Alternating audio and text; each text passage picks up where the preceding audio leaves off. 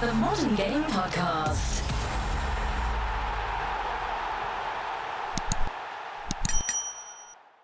Hello, everyone, and welcome to episode 25 of the Modern Game Podcast. We missed last week's podcast, so apologies if you missed our faces. But no one misses your face, though. No one misses my face. But we're starting this one with some relatively big news. So for the last 8-9 weeks, I've called for change, and change is nigh. I've never said that sentence before. Is it though, Dan? Well, as we're recording this, hopefully by when this is out Thursday, we should have announced it because we literally have a game tomorrow night. But by the time this is out, hopefully we've announced that Karanka has been sacked and Bowyer is going to take over, considering he's already taken 2 training sessions. But yeah, it's massive news, and I've got to say fair play to Zhao or whoever the owner is that's taken the owner is taken the bull by the horns and basically sacked everyone. Whoever's name was registered as ownership this week. Yeah, some bizarre happenings like a final meal, last supper before he was sacked, and him barricading the door so no one can sack him. Well, that can be the only logical reason why he hasn't been sacked yet. Yeah, it's massive, and it gives us a chance to stay off finally. Slim chance, I think it's a slim chance, but I also think if you watch what he did with Charlton post lockdown, without Lyle Taylor and without David Davis, without Naby Sarr, they were a game away from staying up, and they were dead and buried before lockdown. Yeah. I think he's got that in him to. I mean, he'll give the players some home truths anyway, which is desperately needed. They lost Conor Gallagher as well in January, didn't they? Oh yeah, and he got the best out of Lecco. And I mean, if any Blues fans are watching this, they'll know that Lecco's a little bit hit and miss. Basically, by that I mean using swear words. He's hit and miss. I'm the only fan left at St Andrews that still thinks there's a player there. And I can't out that opinion because I know I'll just get absolutely rinsed for it. Charlie, do you remember the start of the season when Dan was really excited that they're signed Lecco, and they were like, we could have robbed you here. We could have. He was saying they could have robbed us. Like top scorer or something like that. I remember he was very, very excited. I did not say he was going to be top scorer in the championship. Dan, I know you put a meme in of a big ship saying like steering it to the Premiership or something. It was. I can tell you the Premier League. HMS Pistol League. It was HMS Pistol League. And Dong was on. I used last year. Dong was on the front of a helicopter, and now apparently Dong's gone. The mysterious man. A clip came out of him from February of him saying, is, though, "I took Frankenstein to get us out of this league." The thing is, we've started this podcast with this big news, but it's not even official news. Yeah, it's not actually been announced yet. It could be Neil Harris. Right, let's not go through that, please. It's definitely Bowyer. The Charlton owner has said multiple times that he's gone to Birmingham, unless there's some calamitous. Has Charlton their official channel? Yeah, their official Twitter has confirmed it yesterday, but we've just decided we're not gonna. It's like Bowyer's left Charlton. He's at St Andrews knocking on the door. They're just not letting him in. It's just Karanka's on the other side. It's because he's knocking the door of the stand that's getting like as falling down. The bell batteries have run out and you can't afford new ones. We probably ordered one of them ring bells and he's just staring at the camera. No one's letting him in.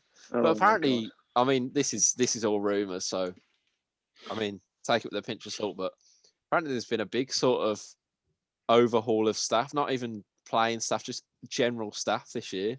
So people like Colin Tatum, half the catering staff have all just gone. So the club's sort of in a bit of a mess still. But I mean, that doesn't make sense to me unless you're in like financial ruins. Which that's what I was thinking. You said you weren't. So they've clearly stated multiple times that we're not in any trouble. I mean, they published our accounts. We only lost 6 million, which, so in comparison to say Forest, who lost 45. I'm trying to think of it down there. Derby lost 35. We lost 6. Like we should be in a financially stable position, which is why in the summer I'd just give Bowyer as many resources as we can.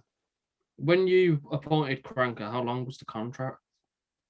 Long. I think it was 3.5 years or 4 years. So You would have had to pay him off then. I think it probably would have been maybe 2.5 million, something around that figure. And we've had to pay compensation for Bowyer. If that 2.5 million keeps you up, Well, exactly. That's massive because I think the club's valued at a ridiculous amount of money at the moment, and that is how I must know that if we go down, it'll fly down the listing. Because yeah, I mean it's a very similar situation to Sunderland, like I said before. Like they had some big players and a very good stadium. Like their assets were huge, and they went down. And watching the documentary showed that it's ruined them, and they just can't get out of where they are now. They're just stuck.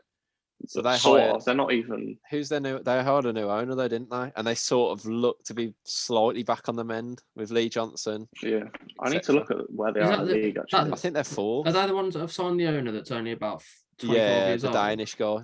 So they've basically overhauled their club in the last 2 weeks. So Christian Speakman, who was the head of academy at Blues for about 15 years, has gone there and took all our academy staff, which isn't surprising because our academy is literally like no one knows if we've even got an academy anymore. Well, yeah, they announced that you didn't even have one, then they came back. And then they didn't announce it was like just back at all of a sudden after a week or something. As much as like it's frustrating at the time, when I look back on this in 5 years, imagine we'd have got an Amazon Prime documentary. It just would have been comical. Some of the things that have happened this season have just been hilarious. Like imagine they had cameras on that Last Supper. It would have had for one of the most incredible like bits of telly. Like you think some of the funniest things that happen in the Sunderland stuff, like the choosing of the stadium music. The music. Oh my god, it's so funny. And when they sat that communications woman as well. Yeah. And to be fair, that guy, what's his name? The guy with the long hair, they're like acting director. He's like Brent. Remember.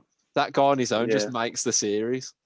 Also, we've got a guest today. I forgot to say, Jamie's cat has made. Yeah, she made herself comfortable on my bed, so I'm just like. Has she got any thoughts on Lee Bowyer coming in?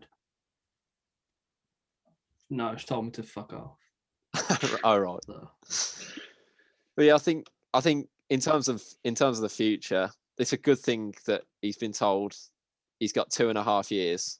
Well, he signed a 2.5-year deal, so regardless of whether we go down, he's the man that's going to be there next season. So I'm kind of looking forward to it, regardless. Where this time last week, if you'd have asked me if I was looking forward to going back in the ground, I'd have said no.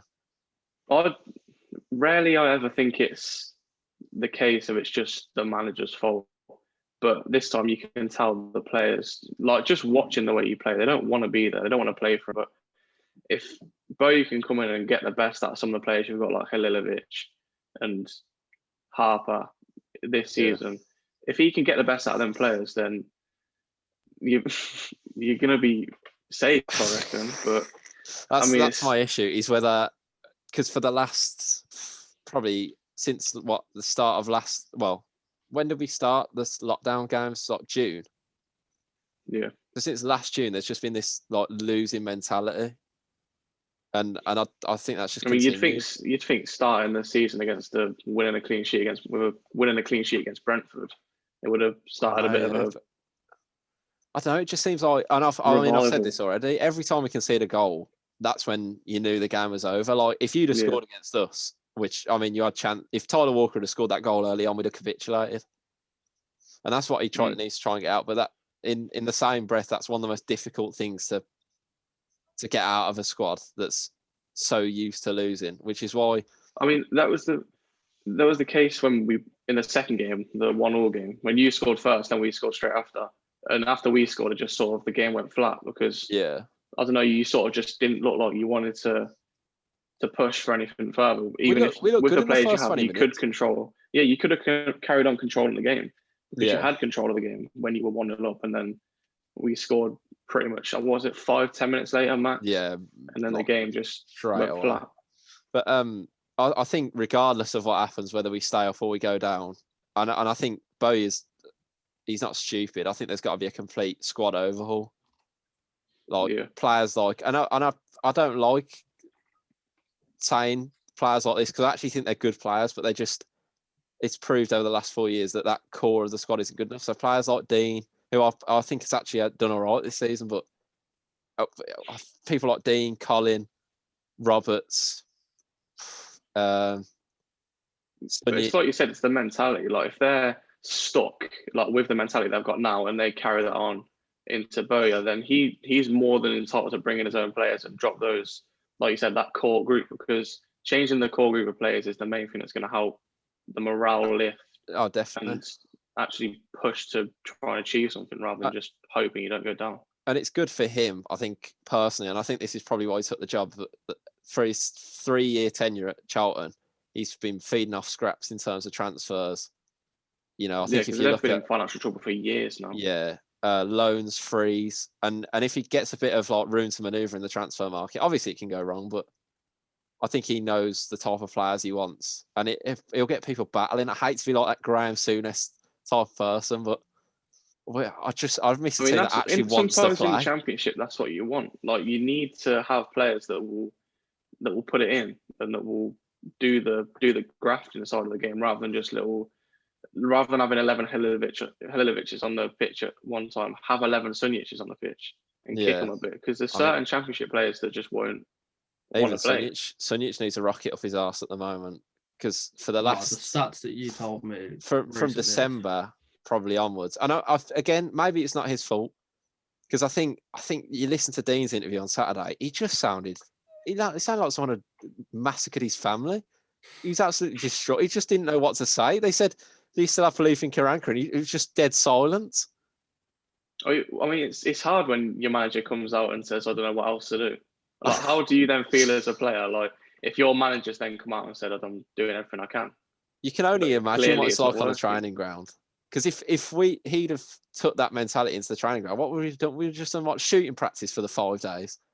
Wasn't Dean one of the players that take it? Apparently contacted the board to tell them to just get rid of Karanka. Well, there was apparently a phone meeting between the team leaders and the owner, and Dean's the captain. So you've got to assume. Yeah. I mean, I'd assume the team leaders in the dressing room are probably the more experienced players. So Friend, Dean, Jukovic, Roberts, Etheridge. And I do feel sorry for people like Etheridge, because without him we'd be bottom. He's kept us in games. Yeah. I mean, I've seen him make a couple of mistakes, but that was only. I mean, his kicking is dire, to be fair, but his shot stopping is incredible. The only mistakes I've seen him make was Derby and one against Cardiff. That's it. And other than that, he's kept us in pretty much every game. To him, Halilovic, I did feel sorry for Harper, but he cost us the other day. Him, Halilovic, Sanchez are the only players that really can say under the Karanka era they can take any credit for themselves. The Karanka era. That whole all what? 7 months. What went wrong, man? He's not like an awful manager, but I was speaking to my dad about it. He literally took Middlesbrough to the Premier League. I was speaking to my dad about it. Now he's about to take you to League One. Where is he going to go? Because he's never really done anything great at Forest, though, has he? I know they loved him. They've always been. I know, but they've always been up and around near the playoffs. But they're a team that should always be going for. Should always be finishing in playoffs. He had a lot of money. Yeah, they signed 15 players this season. They're still. I don't know what it is. That club's just cursed, I reckon. I think we are. I think we are genuinely cursed. I don't know what happens, but every time a good manager comes to us, they're just terrible. Look at Steve Cottrell. He's absolutely flying at Shrewsbury. Yeah. And then he took them from bottom of the league to 16th. And when he came to us, it was like a circus. He hasn't even been there to manage it as well. I know. I think it just came out yesterday that he's back, which is good. But yeah, I was speaking to my dad. What does Karanka do now? Because you think that he can't go to League One. Because I don't think he'll stay in England. Maybe he goes. I said that. Maybe he has to go to Spain. You can't, unless he goes to Wickham and tries to keep them up. There's nothing else for him here, because he's not going to go to a team better than Birmingham, because on paper you are a good team in the Championship and he couldn't do it with you. If you're an owner and you look at that team that we had and then look at the performances, my God. Yeah. There's more chance of probably one of us managing the Prem at this point than him. I reckon going to Spain or anywhere abroad to try and. But I feel like I don't know, sort of achieve something with a decent team, like not necessarily pushing for a title or anything, but a mid-table side that could potentially push for Europa League in Germany. If he went to I think. No, but he's got the pedigree though. He's got the. Yeah, but the pedigree works. But it's the same with like. I know. I don't want to say it's the same with Big Sam, but it kind of is. He's had the pedigree at Blackburn, wherever he's been. Bolton, West Ham. That he can keep teams up, and he can be better than just a manager that keeps a team up. But this season, he's shown that obviously it doesn't work anymore, and he can't do it. And I know that's some of it comes into the fact that obviously our squad isn't good enough. But he's had a transfer window now with West Brom, and he's still not shown anything that he can keep us up. To be fair, I'm not sure. Karanka would not go abroad to a team that's chasing Europe. I'm not sure Karanka's style would fit in Spain. I don't think I've seen any team smash the ball at a striker's head weekly in La Liga.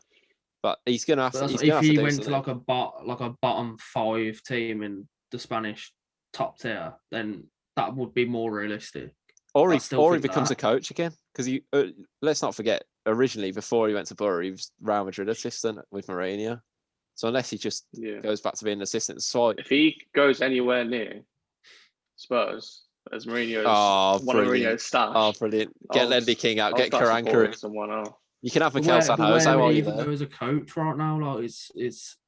I don't know. That's the thing. It's not just about like where he would fit. It's where there's available jobs, because I don't know if someone like Jamie said 5th or 6th bottom in the Spanish league sees Karanka's available, they'll go, yeah, we don't want him. Yeah, I don't think at this point, I don't think anyone's going to want it. Maybe a Spanish second division side. That's what I was thinking. I don't know what his brother's going to do. I don't know what his brother did while he was assistant manager of us, but I don't know what his brother's going to do now if he becomes an assistant. But like, I was thinking, so Pep Clotet obviously was awful at us last season. Where is he now? Funnily enough, he's just been hired by Brescia in the Italian second division. I only think he's got that job though because their owner is the old Leeds owner, and obviously Pep was assistant manager as a monk at Leeds. So that sort of, I can see where that ties in. For Karanka, I don't know where to go. I mean, he can take Don with him as well. Wherever he goes, Don can go with him and ruin that club. I genuinely think the biggest possibility for him right now would be somewhere in Spain, like a second division side. I think so. He'll get somewhere. It's like Charlie says, he's still got that promotion. But a Spanish second division side could be able to afford him.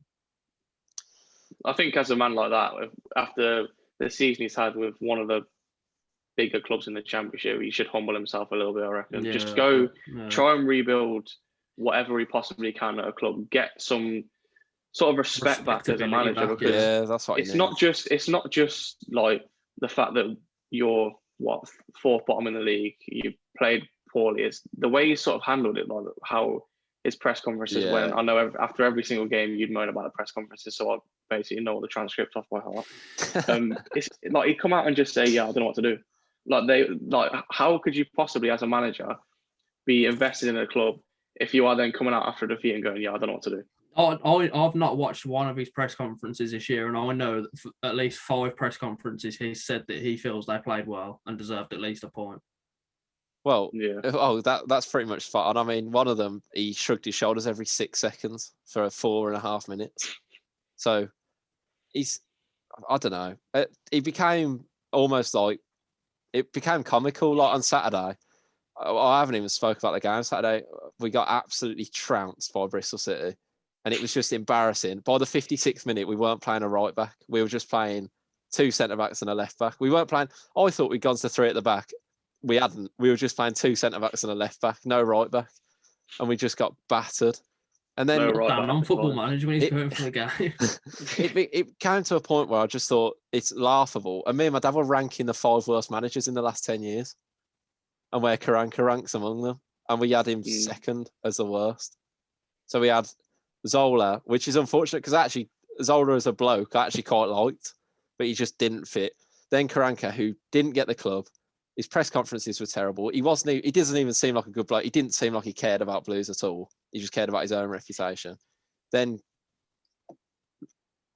Cottrell, then Pep, then Lee Clark was 5th from bottom. And to be a worse manager than Lee Clark, who had, I think, a 25% win rate over 3 years, is a bit embarrassing. I think Karanka ended with a 20% win rate. Jesus. Yeah, I mean, just to sum it up now, because we could probably talk about this for an hour, but I feel like Bowyer, obviously, if he and when he comes in, just has to concentrate on keeping up and that is it, and then rebuild after this season. I mean, if we do go down, there'll be no blame on him. Players. No, exactly. But I feel like if he comes in, he can really do a job with you if he gets backed in the Championship. And in League One, I reckon it'll be harder and there'll be more pressure on him in League One to make the step back up than actually do well in the Championship. Yeah, like if you go down, your owners will expect you to win the league. Yeah, but if you stay up, they'll only be expecting you to finish mid-table, which is more than achievable. Yeah, I think so. And I mean, what's good for him? Like I say, it's a free hit for him. So he's moved here, I assume, on a decent wage. But I don't think. I mean, I'll speak for all the fans when I say if we go down, there's only really 2 people you can blame. Well, 30, including the players. But yeah, there's no pressure on him. I'm really looking forward to going back. There's to only 10 games left now. 10 games, and Rotherham have got 4 games. Rotherham have got 16 games left, haven't they? So I think if Rotherham, I mean, if you can do us a favour, Charlie, and absolutely batter Rotherham, that'll only. I think Rotherham will probably win one of their 4 games in hand, maybe grab a draw. So there's 1 point in it there. Yeah, I mean, they well, we can move on to their situation now because we didn't want to talk about that, but. I don't know. People didn't Karanka come out and say that he thought Rotherham was it was should be punished for. I was having this conversation with I was having this conversation with my granddad, and we were saying that their punishment is going to be having to play all of these games in consecutive because they're still going to have to play Saturday, Tuesday, or Saturday, Wednesday, whatever they play for the rest of the season, and still fit those 4 games in. I don't know why. Someone's said it's there for that's self-deprecating. Why would you do that? Yeah, why would you have 4 games in hand? That's genuinely like saying if you've done nothing wrong and caught COVID, that's your fault. Like they have done nothing. Like it's such an unfortunate situation to be in, especially for them because they've just come up and no one really expected them to get results like they have. But they've done all right. I don't know. I just good manager though. As much as they are very. I don't know how to explain it. Like they're in a situation where I would only ever wish the worst on them because if they win games and we lose, we go down. So it's good, but for anyone coming out and saying they deserve to be punished it's ridiculous. What's like the outline of a situation? I know obviously that it's to do with COVID, isn't it? That in effect, it was a COVID outbreak, but I think it was quite a heavy COVID outbreak. So they were. I think it was missed 3 games. It happened like before, didn't it? Like the reason people are moaning, Jamie, is because it's happened twice now.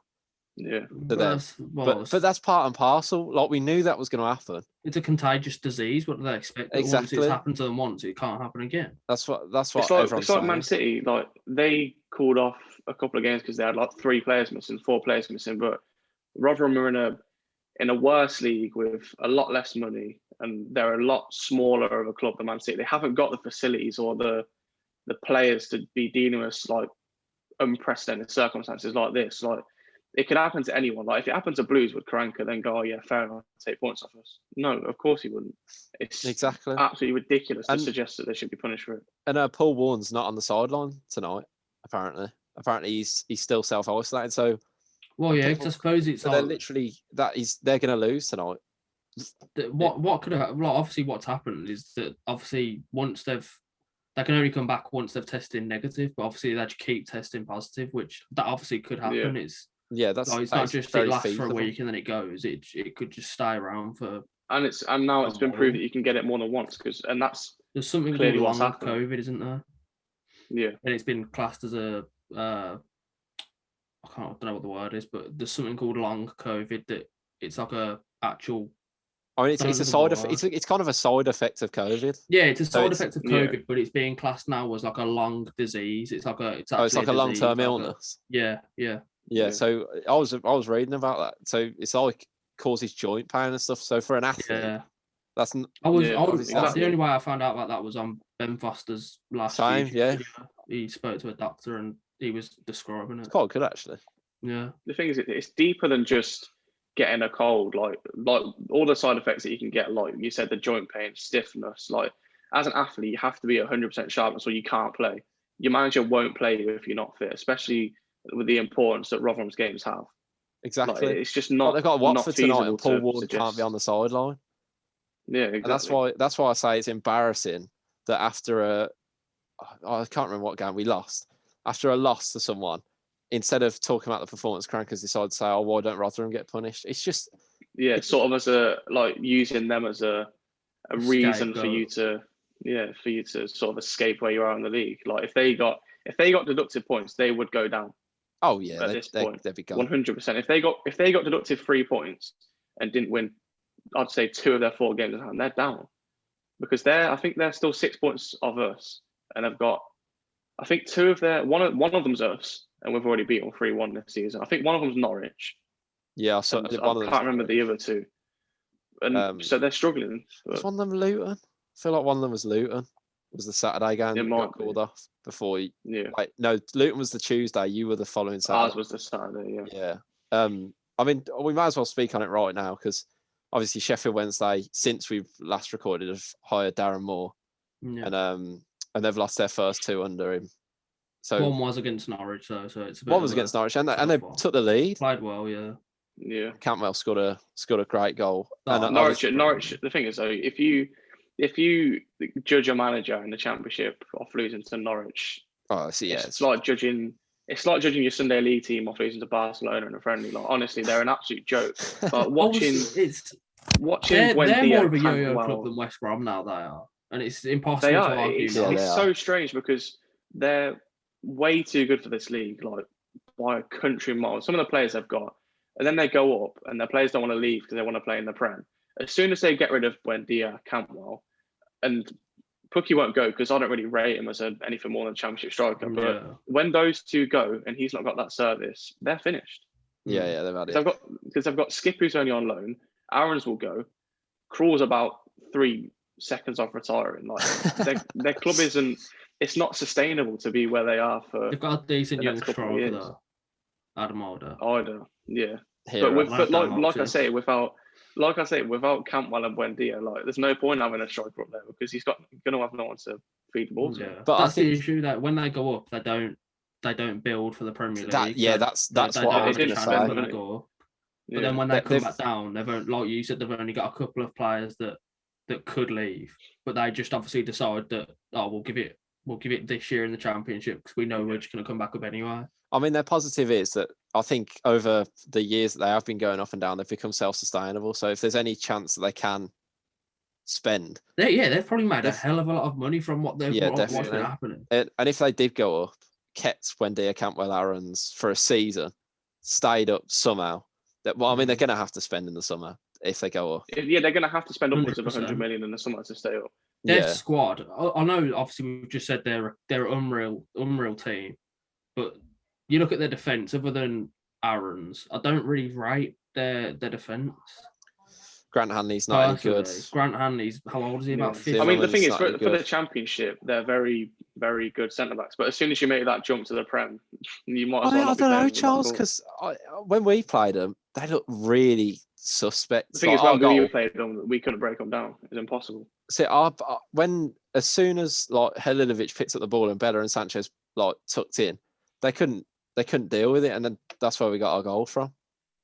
But yeah, I don't know. Obviously Bella and Sanchez are our best players and are probably top level Championship wingers. So does that say they can't play Premier League? They can't play. I feel like to sum Norwich up, the perfect example is Sheffield United. First season they did very, very well.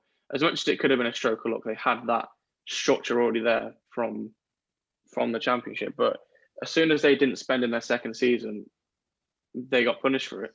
If Norwich now go up and don't learn their lesson and don't spend, I think they can just, meander away from the relegation zone and stay up. And sort of go again next year, they've got another thing coming because their squad is not good enough, and it's exactly the same squad, if not worse, than last year. Yeah, the thing that suited Sheffield United is that they had a system that suited their style of play and kind of did suit how they had to get points in the Premier League. And people weren't used to it.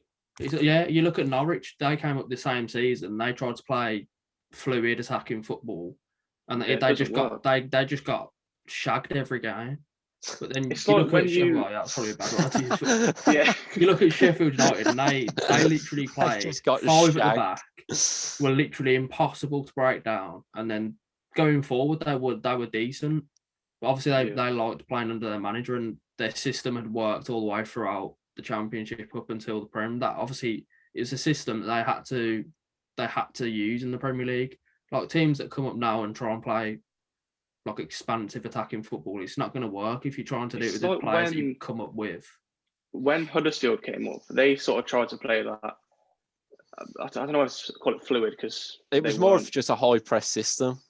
It was they tried to play attractive sort of positive football, but when you don't have the players, it doesn't work. You just get smashed every week. But Sheffield United came up and sort of they set up with that five at the back. They didn't really have wing backs. They sort of played with five. They played overlapping centre backs, didn't they? The first season. Yeah, but like when you set up like that, teams like I know Spurs struggled twice last season against them, drew and lost. When you see that, you sort of go, wow, how the hell are we going to get past this?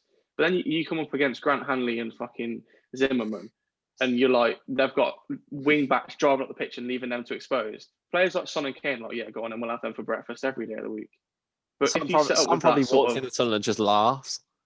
Yeah, exactly. Like if you set up with that, I know it's not attractive and it is very boring to watch, but you have to sort of play to where you are as a club. Like Sheffield United went up, and I feel like Wilder knew that if he tried to play anything other than boring defensive football, they would go straight back down. Yeah, it's a bit like West Brom this season. To be fair, we've came up with Village, tried to play like a positive way of football.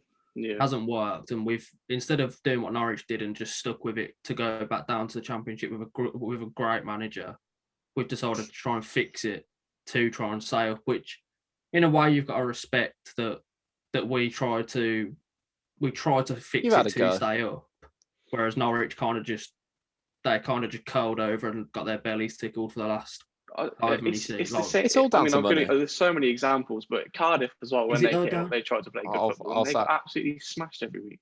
Yeah, it just doesn't work. What I was going to say was, I think Norwich could learn a lot off Fulham. So Fulham went up originally, spent bags and bags of money, but spent it on players that you could tell didn't fit their system. They just bought them because either they were available, they were a good price, or they thought they could fit them into a certain system and completely change their style, got battered. This year, they've come back up, spent their money properly, and they've been able to play positive football and look like a Premier League team. They look like a Premier League team. Because they've made good signings in the right areas. Like Anderson is way too good to be playing there. Aino is also way too good to be playing Anderson there. Is so good. That's such a good signing. He plays for a Champions League club and he's on loan at Fulham. How have you even managed to do that? They are a really good side. That's what I mean, Jamie. So there is a way that you can play that style, but obviously Fulham have got a lot more resources than you did, which is tough. Yeah. But I mean, I thought you meant as in it was to do with money, as in because they didn't replace Farker and try and stay up. Oh no. That's what I mean. I think they did it the right way. They knew that they were down, so they decided to keep hold of Farker. It's Farker. I don't know how to pronounce his name. I think it's Farker. Yeah, they decided to keep hold of Farker and then take him back down to the Championship where they knew he could succeed again. Where we could have done the exact same thing. We could have done the same thing with Bilic, but like I said, I can't slander us for not doing that, because then you would have said, "Oh, well, why didn't we replace him and try and make a go of staying up?" You can say it's a difficult one. Side, yeah. I mean, one team that I haven't learned off Norwich, Keith, their manager, is Sheffield United, because they made one of them. I mean, we might as well count them as an EFL club at this point. Yeah, well, they're more of an EFL club than West Brom. Yeah, I mean, I don't know what they think is going to happen from now on. Is sacking Wilder going to keep them up? I mean, they did well with Heckingbottom in the weekend. It was embarrassing. I watched the Leicester game. In what has been a relatively poor Leicester side for the past couple of weeks as well. Exactly. Yeah. They were low on confidence. They were low on confidence. And Sheffield United first 10 minutes started to take the gas, and I thought, you know what? They look all right. They look like a team with a bit of confidence. And as soon as the second or third goal went in, my God, it was like the floodgates just opened. Their squad is they're just at the different, like they're on a different level where like some teams that do come up do have Premier League players. That I can't see one Premier League player in that squad. I think Lund's going to do a job in the Prem, but as a squad player, I don't mean he's the only one I can think is Sander Berg, but yeah, I don't think he's been consistent. I really liked Sander Berg, man. He hasn't been consistent. Not, yeah. I like Ampadu because he's in a tough situation. I mean, Sander Berg's quite an expressive midfielder, and you can't really play that like sort of style when you're losing games week in, week out, because he would be the midfielder that would sort of he tries to break through the lines, get the ball and create chances. He looks a bit like Souček, the style he tries to play, because he's big. But when you've got David McGoldrick and push Billy Sharp and McBurney up front, it's sort of just like I bet he breaks through the opposition midfield and goes, "Oh, Jesus Christ!" McBurney is awful, man.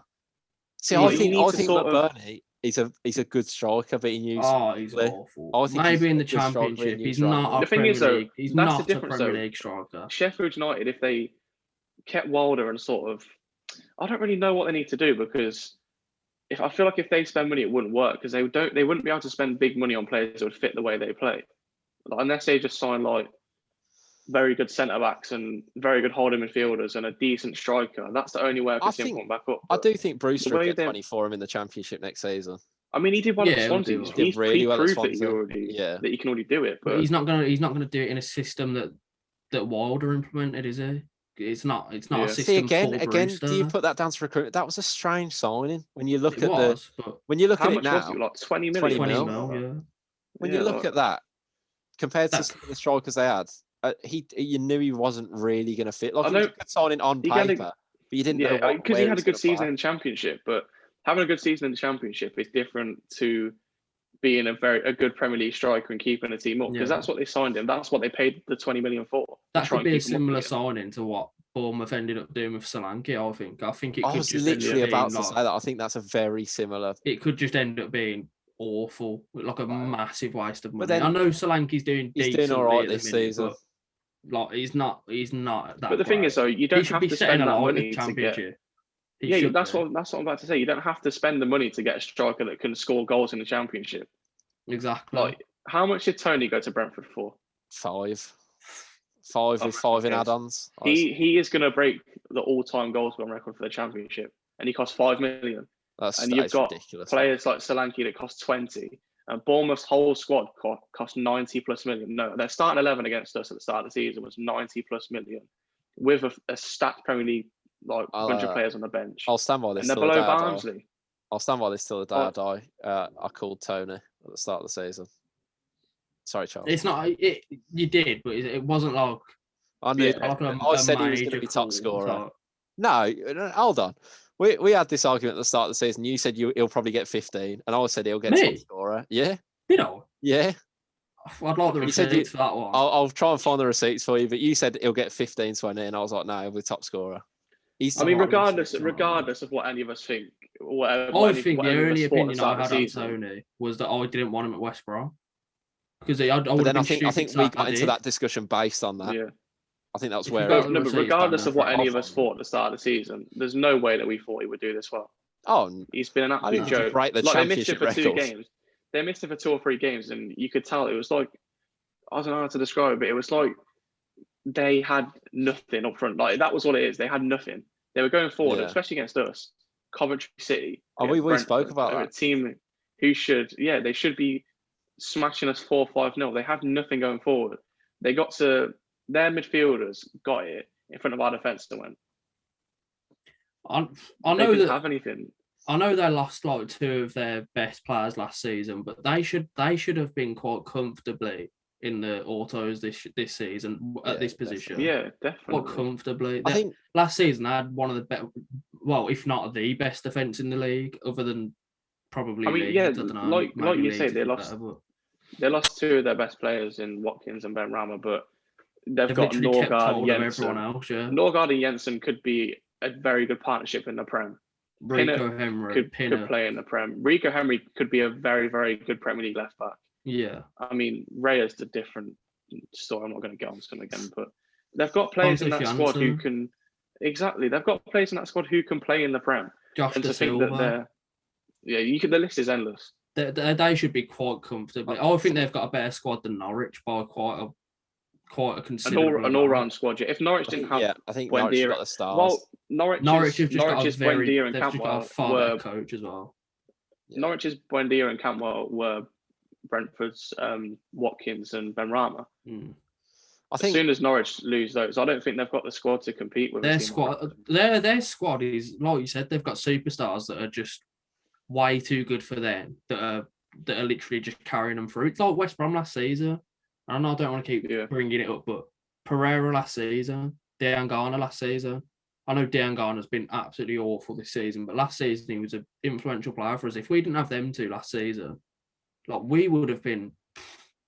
I don't think we would have got playoffs if we didn't have them two. I just want to take it back to the Tony thing. Me and you, Jamie, were talking about it last night. I think what Tony gives to Brentford, and I think what is a very I don't want to call it a trait, but it's an underrated trait in the Championship, is having that striker that can do a bit of everything. Yeah. And I think that, I mean, it for me, like we were saying, Chelsea needs someone like that. I think in the Championship, that is your key. That, like, he can create his own chances as well.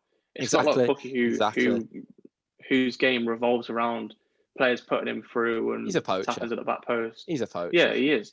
Tony can create his own chances, and he's shown that this season, which is why he's scored so many goals. Yeah.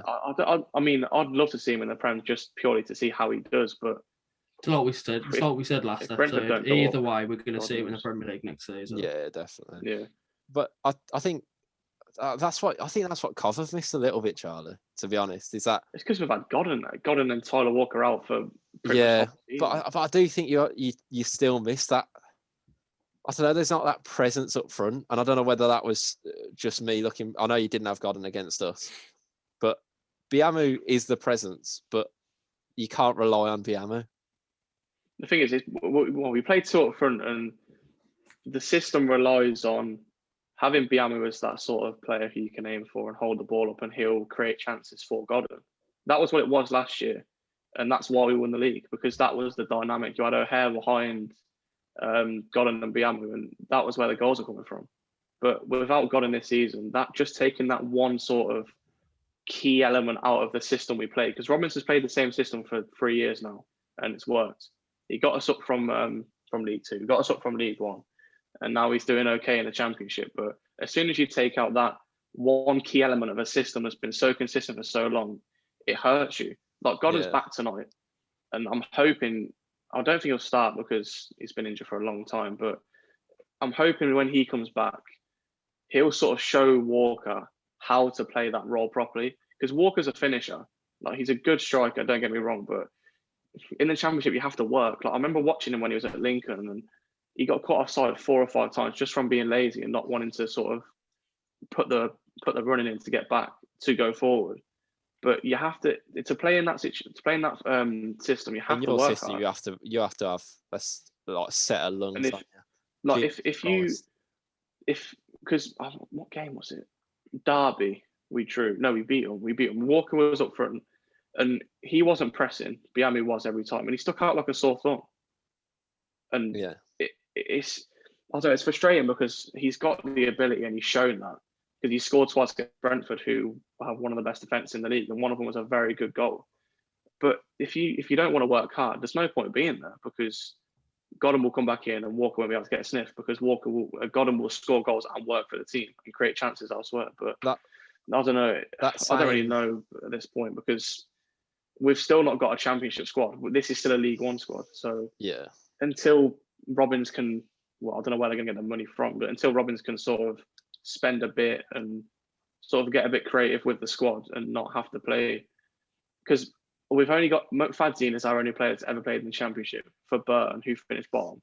Until you can get players that are established in the league and know how it works, I don't know, it's going to be tough to watch. But like you said, until we get a competent proper striker up front, it's going to look like we're missing something every game. It might be for a case of you selling Hamer on for a big profit. Because I know you two like him a hell of a lot, but I mean, it might have to be the case of you could easily get 8 or 9 top championship team for maybe even that's 50. The thing.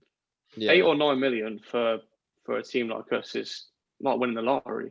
Exactly, that's what I mean. That's money that we've probably not spent on players in 10 years. I think we've spent over $1 million once, and that was on Hamer. I think he was on 1.1 million or something.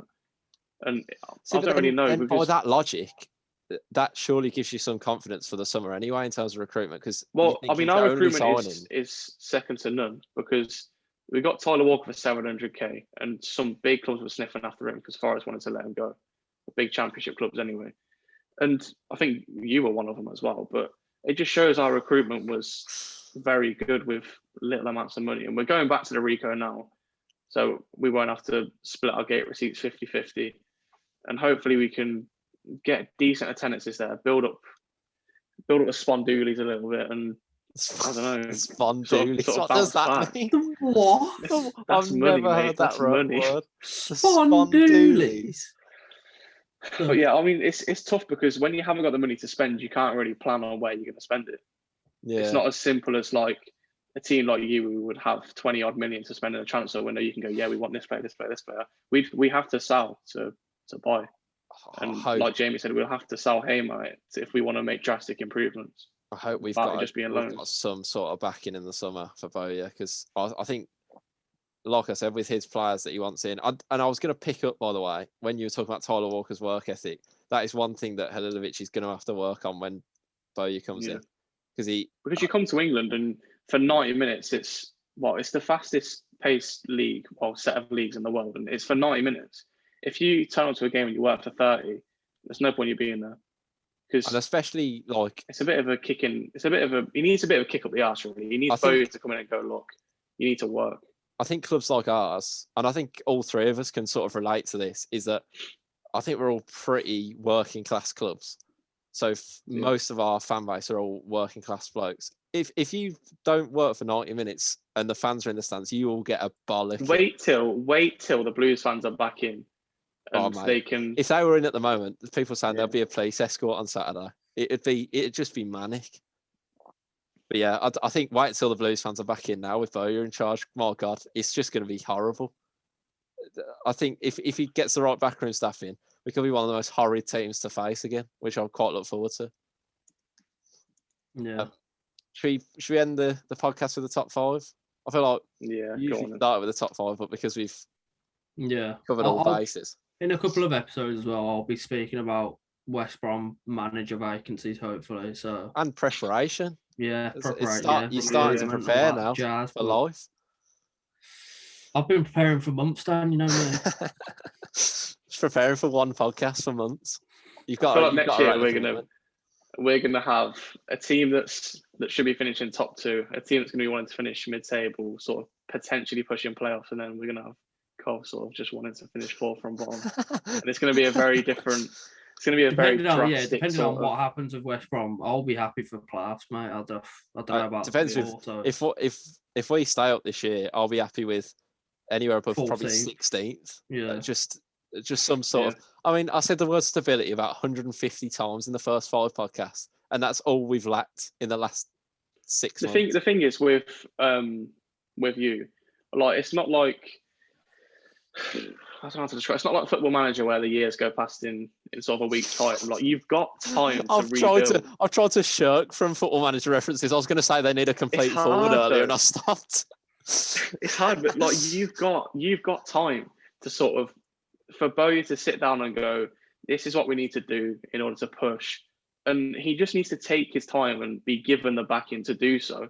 It's not going to happen this season. It might not even happen next season, but if you can push on after this and next season, you can do well and potentially get playoffs because you've got the players and the money to do so. Like I said, what the main thing for me about next season is starting to, and I never really thought about this until I sort of sat back and looked at it from a perspective. I sort of just want to enjoy watching us again. It feels like a chore for the last, apart from Monk, the last 6 years felt like a chore to watch us. Whereas I want it to feel like. I want to go. I mean, it sounds depressing the world we live in. I want to go downstairs to watch the game and think, I'm looking forward. I'm looking forward to tomorrow. This is the first game I've looked forward to in ages. If they announce Bowyer within the next if we month announce it, I'd like to see a team go and kick, go and look like you want to play. Because at the moment we don't look like they want to play for the shirt. I mean, that's. I mean, we're in very similar situations, but I can go and watch games knowing there's no pressure, because if we go down, it doesn't. Well, it obviously matters, but we're not expected to do anything apart from stay up. Like I can go and watch games, and beating Derby, who are a team that have been very poor this season with a very poor squad, is massive. Like it's an exciting thing to be able to do. But you beating Derby is just something that you should be doing. Just in terms of personnel, like you've got, I assume you've got players that you genuinely enjoy and you actually like. Yeah. Like there are players there that have performed that you actually enjoy watching. So far this season, I've got 3 or 4 players that I've thought, you know what, that I'll remember them as a Blues player. Other than that, it's been terrible. Yeah. But I mean, top 5. Let's move on. Top 5 championship attacking midfielders. And speaking of players I enjoy, might have too much time to describe them. Extremely biased number 5. I've got Alan Halilovic. I mean, he's not in my list. I don't think he's going to be in Jamie's. No, he's not in my list, Charlotte. The only reason I put him in is 1, just basing it on pure ability, 2, basing it on complete bias. But based on pure ability, he's one of the best midfielders in the league. I'm not gonna sort of dispute that, because I feel like, especially for me, this list has been relatively easy to get players for, but putting them in order, they've not really. Yeah, because of the way we've done it, we've not, like, just disclaimer, we've not included Wendy because we've said he's more of a winger. Same with Cantwell, and the 5 players are very sort of that I've got very similar in terms of ability. And it was so hard for me. Similar in terms of play style. Yeah, play style comes into it. I mean, looking at my list, I've got 1 player, and I'm guessing you're gonna know who this is, that is top because of his numbers, but the rest of them are just there because they're very good players. They've not necessarily put in numbers that can justify being up there in my list. They're just there because they're good championship attacking midfielders, and they've not really done a lot. Do you want me to go next, Charles? Yeah, I've got Kravinovic. I know he's probably been more of just an out-and-out centre midfielder this season for Forest. Well, past couple of months for Forest, because he's only joined the past couple of months. I think he has moved into the 10 though. Based on ability, I think he's up there with one of the best in the league. Even last season as well, he's such a good footballer. He really is, man. Yeah, I mean, I disagree with you putting him 5th. I've got him. I'm not going to say where I've got him, but what he's done at Forest since he's come in is, because they weren't scoring goals, he's transformed their transitional play. I think probably the right way. He's bridged the gap between their midfield and their exactly. Yeah. Number 4, I've got. I haven't said my 5th yet. But... Oh, sorry. What's your 5th, Charles? Oh, see, it's hard because tough one. Say it. I've gone Share. See, I have Chair higher up just due to the fact that's an ability thing. I really like Chair, and every time I do as well. But in terms of natural ability, there's players on this list that I think about. So I've got Kravinovic 4th. I did have Dak, and obviously, best wishes to Bradley Dak because he's going through the wars a little bit the last couple of years. But I took him out just based on I don't think he's done a lot this season. But he only give it a year and a half ago, and he was incredible. Yeah. So I've got Dak 4th. That's completely understandable. He's a good footballer. There was a couple. I think it was 2 seasons ago, maybe, that West Brom were interested in him, and I really wanted him because I think he's a really good player. He can fit into you now, and I think he's what we needed at the time as well. But I think he could. If he went down, he obviously because of the injury. Pereira, but I mean, if you push Pereira out wide and put him in the centre, that's I don't. Pereira out wide is half the player as Pereira central. Yeah, he really is. I mean, just quickly on Dak, I went to when covering League One. I went with one of my mates who's a Stoke fan to watch Stoke versus Blackburn. And watching Dak, like, I don't know, he's just, I don't know how to describe it. He's just one of them players, you get the ball, you know something's going to happen. Yeah. And it's rare to find a player that's got that sort of ability that he can go missing in the game, pick the ball up and then do something incredible. And his numbers show that. I know you pulled his numbers up before we start recording. I'll get them up. I'll find what. They're It was incredible. 15 goals, 7 assists, wasn't it? 15 and 9, I think it was. Bloody hell. That is ridiculous. To play in has he ever really played in a team that's pushed for promotion to an extent? Blackburn have never really been above, what, 11th, 12th? 15 and 7 in 2018, 2019. That's I feel like unbelievable. That was his first season. He was still, wasn't it? Yeah. If he was still playing consistently, his numbers would be incredible. And I think Blackburn would probably be better off for it, to be fair. But especially with Armstrong, Gallagher, etc. And number 3, I've got Ilias Chair. I've got him. Maybe that's just favoritism because I mean this list is about favoritism. A lot of the players that I've seen that I've enjoyed and I thought were good against us. That for me, mine was for having him high up was for what I saw of him when West Brom played them last season. Really good footballer. He's a very, very good footballer. Their team last season was actually decent, man. They had Asai Samuel, Cher, Eze. Eze. Like their team last season was just. I forgot they had Eze. It was a good team. Yeah, they had Luke Amos from Spurs as well, who's been out of an ACL injury 2 seasons in a row now. Jesus Christ. When he was playing at QPR, he was good in the midfield. 3rd, I keep looking at this list. It's hard. Krivinovic 3rd for me. Yeah, I think I've only got that as slightly high because I think Chair's done more. Yeah, I can agree with that. In terms of ability, they're about level.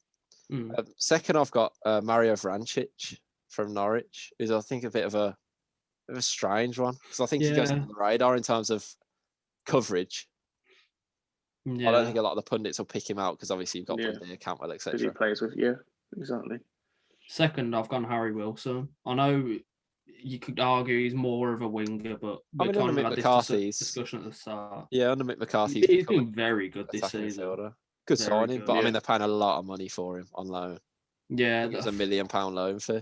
Yeah, obviously when he was at Derby as well, him and Mount were both ridiculous. Like they pretty much carried them to the playoffs. Like however many seasons ago it was, 3-2. And he's a set piece specialist. Yeah, very, very, very. He's a special player. If he wasn't at Liverpool, is he still at Liverpool or is he on loan? Yeah, he's on loan. He's on loan. He's still at loan. If he wasn't still at Liverpool, he could push in the Prem, I reckon. I think someone will start picking him up.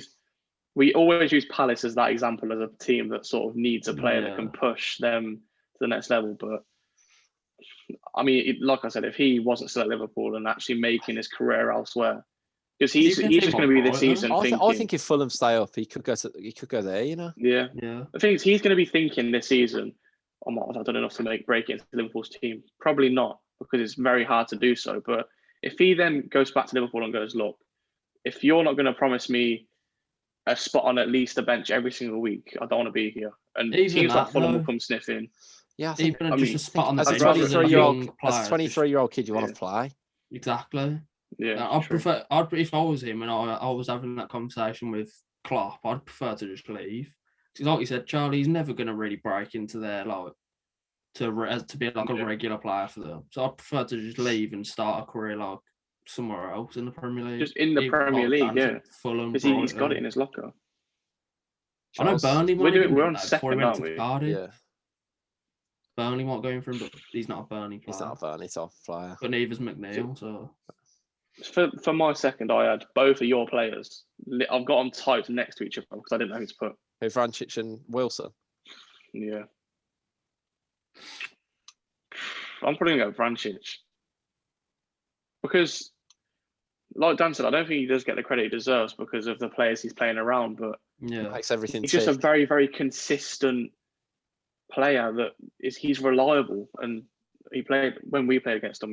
Obviously they had Cantwell and Buendia break through the lines, but he's a creator, and just because he doesn't drive with a ball necessarily and he doesn't play necessarily attractive football, but he he does exactly what he has to do every time he gets the ball, and it works for Norwich. He's a very comprehensive attacking midfielder. He just does, like you say, does his job, and that's all you need.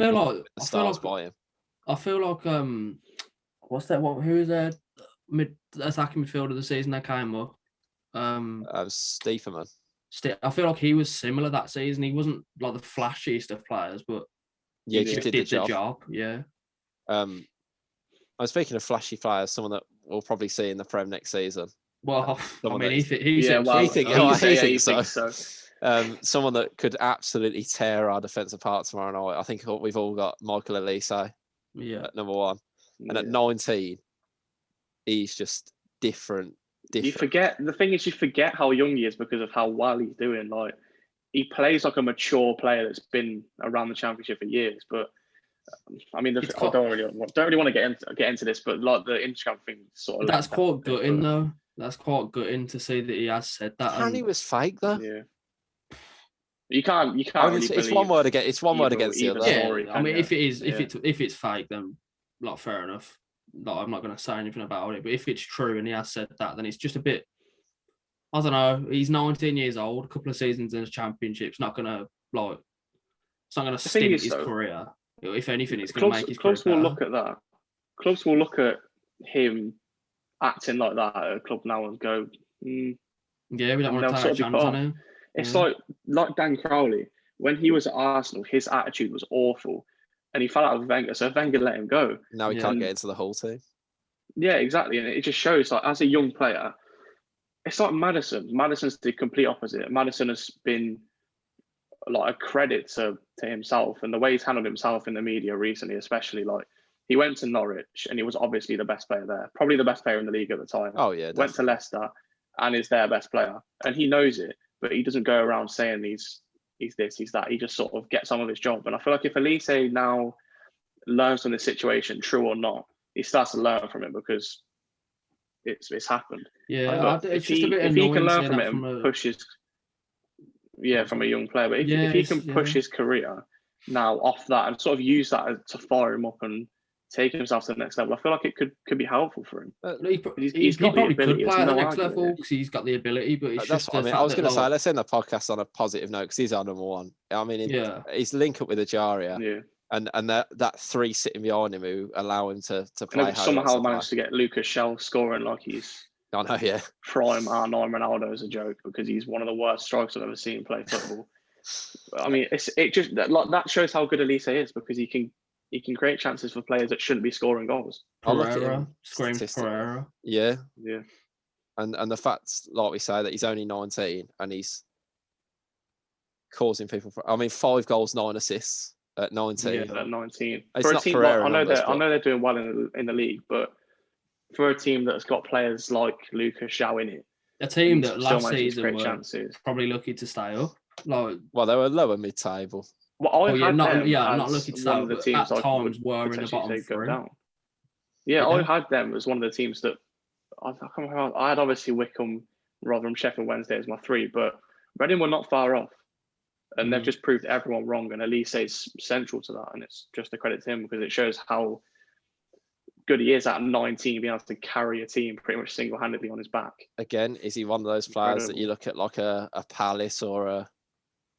I'm trying to think of even. Well, to be fair, Brighton, he'd really fit Brighton's. I'm sure Palace were the team that were linked with him. Yeah, I'm almost positive they were. But I think for me, if I was to pick a team for him to fit in, that sort of front 3 that Brighton play, where they play 2 attacking midfielders, he'd be perfect because he plays a bit like a winger, the way he drives at people and the way he draws people in. At Brighton, there's a risk, isn't there, that he goes to Brighton and then they come down. I know that they play nice football and they are a Premier League side because they play Premier League football, but there's always a risk that it could just come falling down at Brighton and they could just come straight back. The thing is, if he goes to Palace, they've got Eze, Elise, Zaha, and that's a very, very frightening front 3. But then you turn around and you've got Cahill. They've got Nathan Ferguson. I know he's not like a world-beating defender. He's a good defender. And obviously he's been plagued with an injury. They're all very young, though. They need to sign some... That's what I mean, he's a young defender. Fulham have got Anderson. I don't know how they managed to get him, but if Palace managed to sign a player of that calibre and ability and experience, then they'd do well to push because they've got the talent up front. I know if Benteke showed at Villa he can score goals. It's also if they can get Eze, Zaha, Yeah. I wouldn't be surprised to see them coming for a joy next season. Well, start of next season. I don't think Milivojevic, McCarthy, all the Max. I don't think they're. I mean, in my opinion, if Milivojevic didn't take their penalties, he wouldn't even be there. Yeah. He's a very, very average. Yeah, but they're a very average team. For your Kuslo. Great signing. That'd be. I think he'd be a very good fit for them.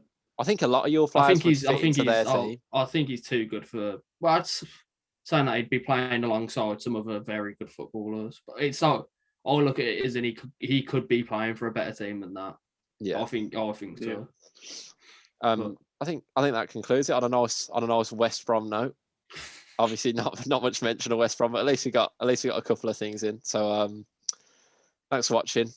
We'll see you next week for episode 26. And by the time you see this, Blues have either collapsed or beat Reading. I've actually appointed someone. The Modern Game Podcast.